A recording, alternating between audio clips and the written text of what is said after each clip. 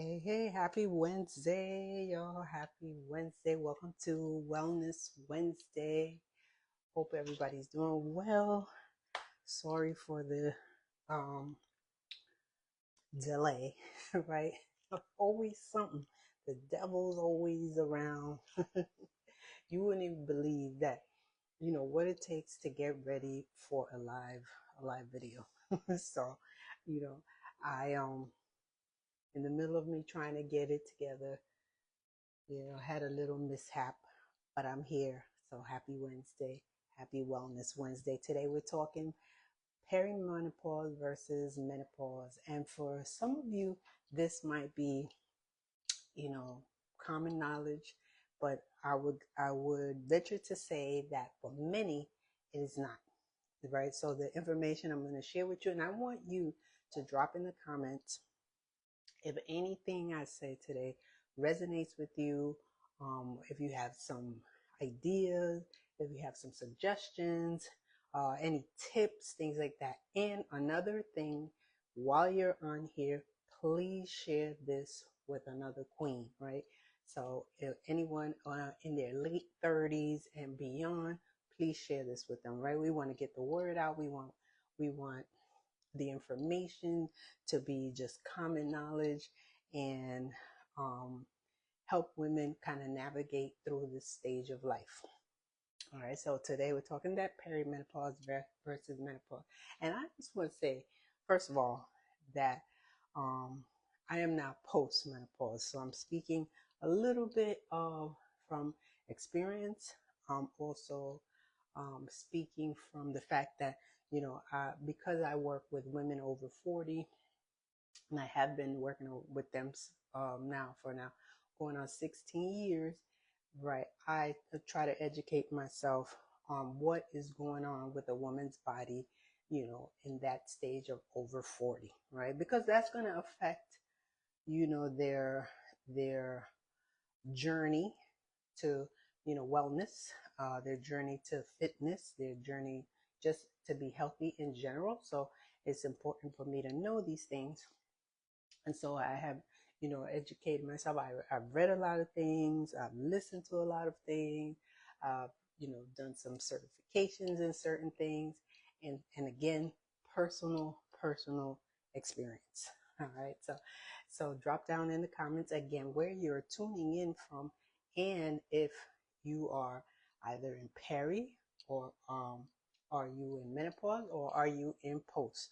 But let me just say that some people, some women believe that, oh, they don't have to worry about, perimenopause because that comes, maybe in your late 40s. But let me just inform you that perimenopause actually begins. Oh, wait a minute here now. Hold on, y'all. Hold on. Seems to have a problem here. Oh, my other device shut down. So I'm going to continue speaking over here.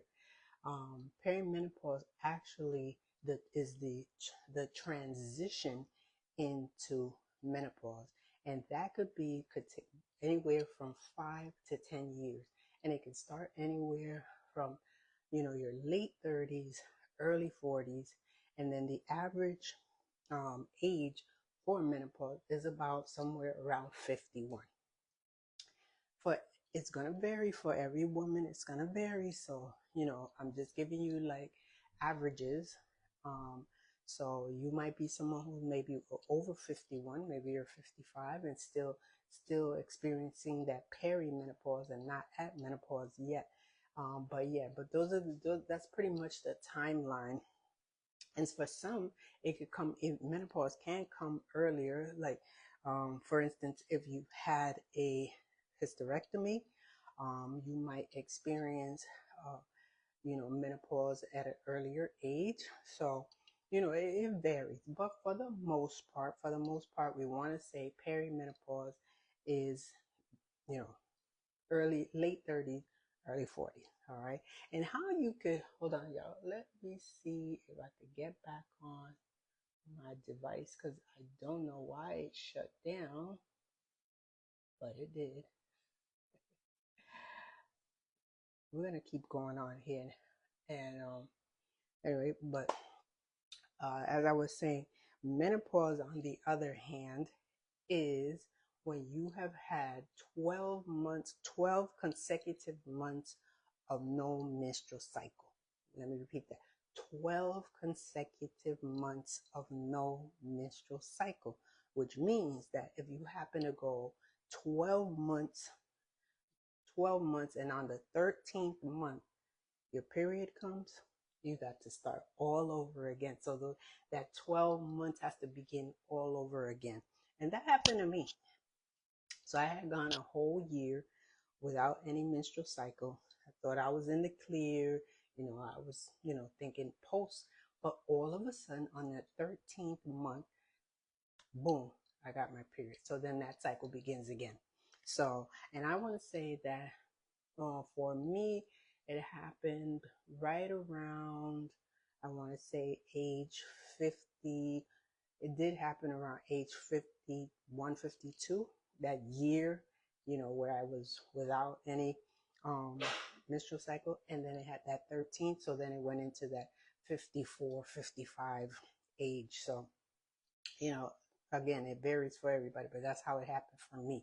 And so I want to say that my transition was more or less, I want to say somewhat smooth. I didn't experience some of the symptoms that I'm going to mention to you tonight in this live, but I did experience a couple of symptoms and things that I didn't even consider menopause symptoms, and that's because we don't talk enough about it. This is why I wanted to do this live, to make this conversation like common, make this conversation somewhere, make the conversation more commonplace, right? Because we don't talk enough about it. I know that with my peers, when you're going through the symptoms, I know, women complain about certain symptoms, but prior to that, prior to us experiencing the symptoms, there's no conversation about that, so that you could pretty much, not so much prepare, but so much be aware of some of the things that you are going to experience during this stage. And so I want to say that, in my own opinion, is that this stage is very freeing. Despite the fact that, yes, there are symptoms, it still is very freeing. And I'm going to ask you to please share this out. And that way we can have more conversation. I'm sharing it out. And let's see. Yes, yes, yes, yes. And we'll continue in just a moment. And in the meantime, please feel free to share in the comments below, where in this stage of life are you? And so anyway, for me, again, it's a stage of life where it's very freeing, because depending on when you started your menstrual cycle, and for me, it was at a very early age, I was just so happy to not have to deal with that anymore. I was one of those that had very heavy menstrual cycle, very painful menstrual cycle. I also experienced fibroids, that also made it at times painful. And so when that stage of life came, I welcomed it. I welcomed it. And so, yes, there's a lot of changes that happen during that time, and you can either, embrace the change and manage some of the symptoms, and realize that, this is just another part of your journey. Here on earth, we go through different stages of life. You go through, you know, early childhood, and then you go through, adolescence, then you may or may not go through motherhood, and it's just a whole journey. And so this is just another one of those journeys that we have to navigate and deal with. and it doesn't have to be awful. Not at all. Anyway, getting back to menopause again is, let me repeat the hey there, welcome. Welcome. Don't forget to share this. And if you're coming on my live, please say hello. Say hi and like the video if you're it's free. It's free. So just please love the video, say hello, let me know where you're at and where you are in what I'm talking about in the stage of life that I'm talking about. Again, so we're talking menopause, again, officially 12 months without a period. So some of the key hormones that shift during this time in midlife that you might be familiar with. And I'm going to talk about each of them briefly. But there's cortisol, there's estrogen, there's progesterone, and there's testosterone. Now, we know that when you would reach menopause, that estrogen, that's when our estrogen levels are going downhill. And with that comes a series of changes. First of all, we know that estrogen supports our bones, skin, our brains, our metabolism, and our mood, right? So if you could remember, you, of course you remember, but if you could think back when you, and even currently, about how your mood changes when you are going to be approaching your menstrual cycle, right? Your mood, and that is because of estrogen, all right? And so when our estrogen levels are diminishing, which happens with age and it happens with menopause, you might find yourself with a fluctuation in mood.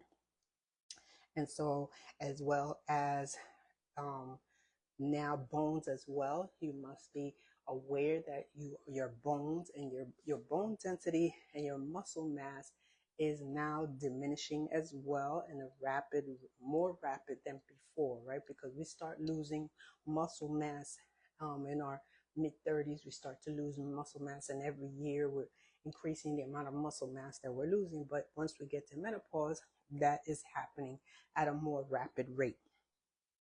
And also brain health, so that affects your cognitive health as well. So you might find yourself with some brain fog, you might find yourself with forgetfulness, things that we always tend to say, oh, it's age, or senior moment, things like that, right? Those are the things we've heard, but actually it has to do with your estrogen. And then our metabolism, you might find yourself as well, that you don't have as much energy. The things that you used to do before, maybe you can't do them anymore.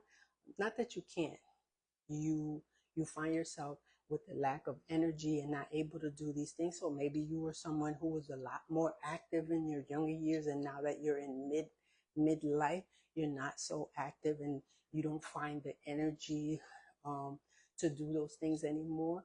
Again, that's estrogen.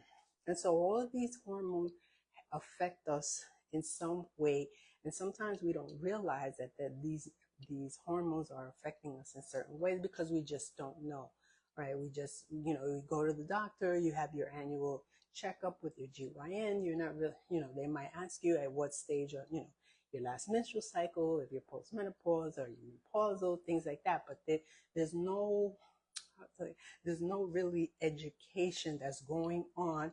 And so you really don't know unless you do your own due diligence. You go and find out information to help yourself. And so that's estrogen. And then there's cortisol. We know that cortisol is our stress hormone, our fight or flight hormone. And if you know anything about our hormone cortisol, and when you have high cortisol, that also affects your blood sugar level. It also affects your energy level. It affects stress. It affects your body. And during this time, during perimenopause, you will find that your body is more sensitive to stress. And so that raises your cortisol, and high cortisol means belly fat. It means cravings. It means poor sleep. And all of those things, such as like belly fat, becomes, as we get older and older, it gets a little more difficult in order to manage the belly fat, or to manage stress as well, because stress comes in many, many forms. It's not just, emotional stress, but there's also physical stress. There's also stress that comes from, you know, work stress. And so all of that at this age, although you may not realize it, you become more sensitive, and then your cortisol level, then you find yourself with more belly fat than you did maybe younger, or maybe more. If you had belly fat, then you find yourself that you're getting bigger and bigger around the middle. That all is due to cortisol, and that is happens during this stage of life of menopause. All right, so that's cortisol. So far we talked about estrogen, we talked about cortisol. Now we're going to talk about progesterone. And progesterone will be considered the calming hormone. It affects Progesterone balances your estrogen. Remember, we said estrogen is now going down, so progesterone no longer has that estrogen to balance. It also supports your sleep. It calms your brain. What else? I'm looking at my notes here. And the progesterone is the first to decline during menopause, and that starts often in your 40s. And then you could develop what's called estrogen dominance. So um, a lot of times, these things are things we don't know. Estrogen dominance, or you might hear your doctor might say that, estrogen dominance, but that is something that, because of our progesterone, and progesterone again is responsible for all those things, and supporting our sleep, which is so very important, because sleep is when you have your recovery, right? Regardless of, in your day, whatever you're doing in your day, sleep is always so important. I know that sleep is important, very important to me. For some people, sleep is not that important. But in this stage of life, you better make sleep important, because um, when you get a lack of sleep, and that happens often during this stage, you might find yourself awake at 1, 2 o'clock in the morning and can't go back to sleep. All right. And so that's because of progesterone. And so, you got to find ways. You can find, natural ways, holistic ways to help you. There are many ways. Now, I want to come back and talk about some of the things that can support you during this time, such as, nutritionally, and support you with supplements as well. Your doctor may or may not suggest these things, right? Again, I don't find personally, I didn't find that GYN was very helpful during during this stage. But you may have a GYN that's very knowledgeable, that helps you throughout this stage. There are some doctors out there that are very sensitive to to us dealing with different symptoms, and some of the symptoms that you might be experiencing. It could be that lack of sleep, that night sweat, vaginal dryness. You might experience some itching of some sort. You might experience, again, the different cravings. You might experience some cognitive health. You might experience anxiety as well. It's something that is also can be prevalent during this time. And you might think it's, actually absolutely normal, but it might be something that's affecting you due to your hormones. We always hear about hormone balance, and how important it is to balance these hormones. And so a lot of times we only think of estrogen, but as I just informed you, there's all these other hormones in our bodies that we need to balance, because the body works synergistically. All these things affect one affects the other, and then that one affects another hormone. And so we have to find ways in order to manage some of the symptoms that we will, may or may not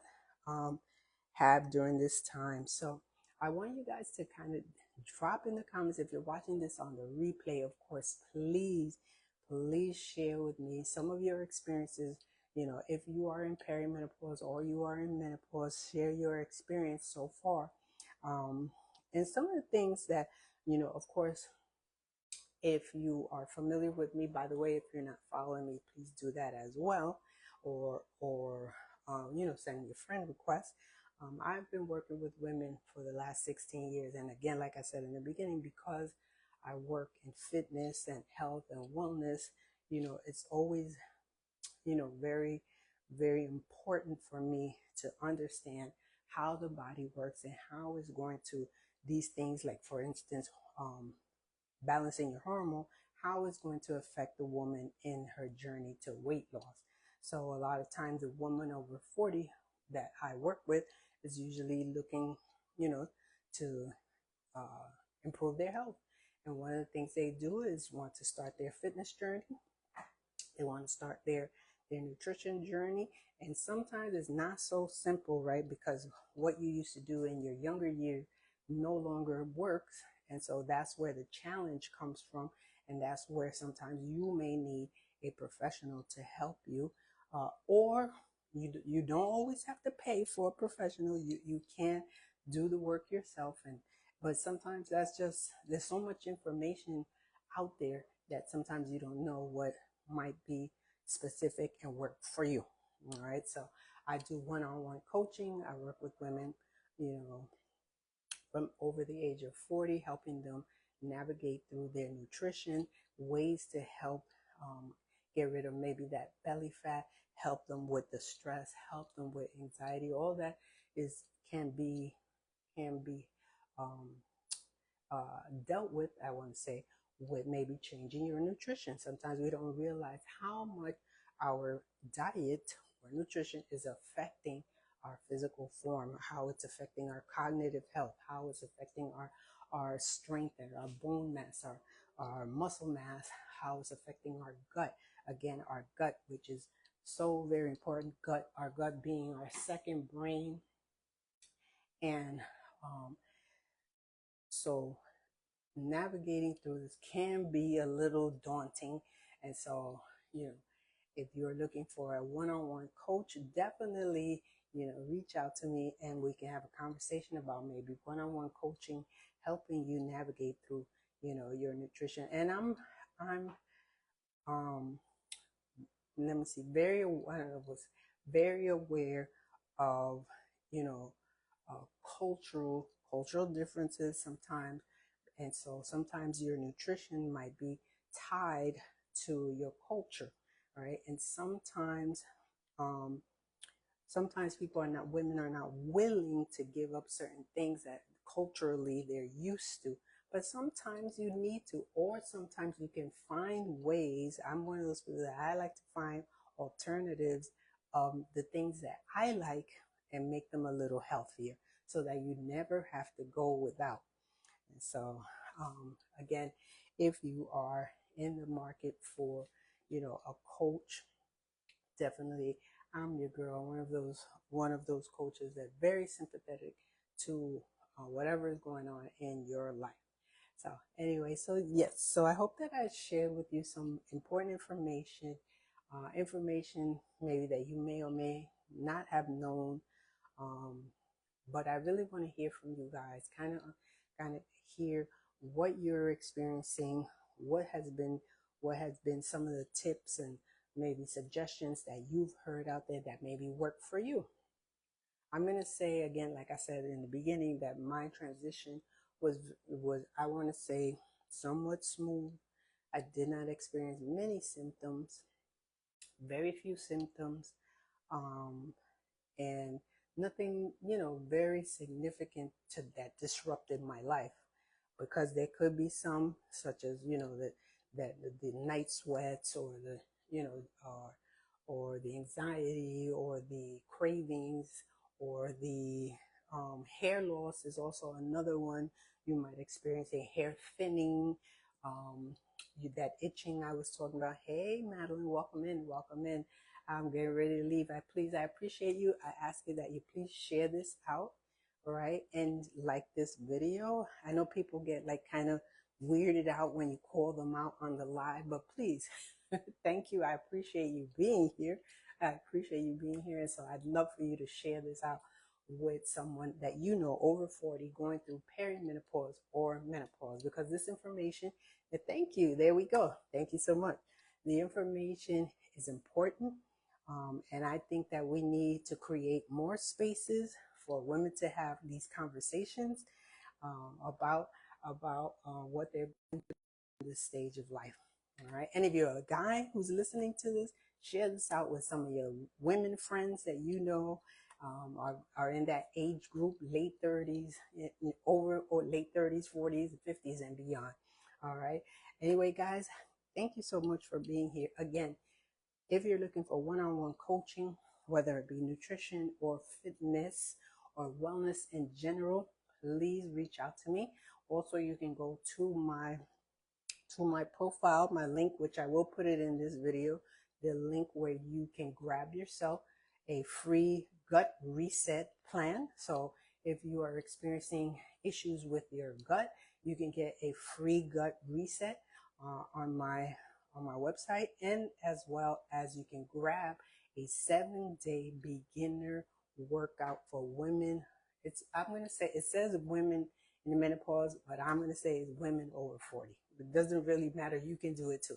So it's a 7-day workout plan. So if you're just getting started, you don't know where to start, you're all over the place, you're going to the gym, don't know what to do, haven't started really your strength training, you're doing a lot of cardio, which again, I've talked about this before about women in their 40s, not doing all this cardio. Again, we talked about cortisol and how cortisol can increase your belly fat, and doing excessive cardio is one of those things that can stress out your body and increase your cortisol and increase your belly fat. So if you're not yet doing any strength training, you don't know what to do, maybe you haven't yet maybe sought the advice of a fitness trainer, then definitely grab the 7-day beginner workout. It's pretty simple. I've made it so that if you are a beginner and don't have, you can do it at home, or maybe you can do it at the gym. All right. So thank you so much for that. And I appreciate you. We'll be back for Wellness Wednesday. Not next week. We're doing this every other week. Every other Wednesday, we're doing Wellness Wednesday. And depending on the comments that I get on this video, I will judge what the next topic will be. Again, I do want to come back and talk about some of the things that have helped me, the things I've heard other women say have helped them to navigate through their symptoms of balancing their hormones, or supporting their symptoms during peri and menopause. All right. So thanks again, guys. Have a good night. See you in 2 weeks for Wellness Wednesday.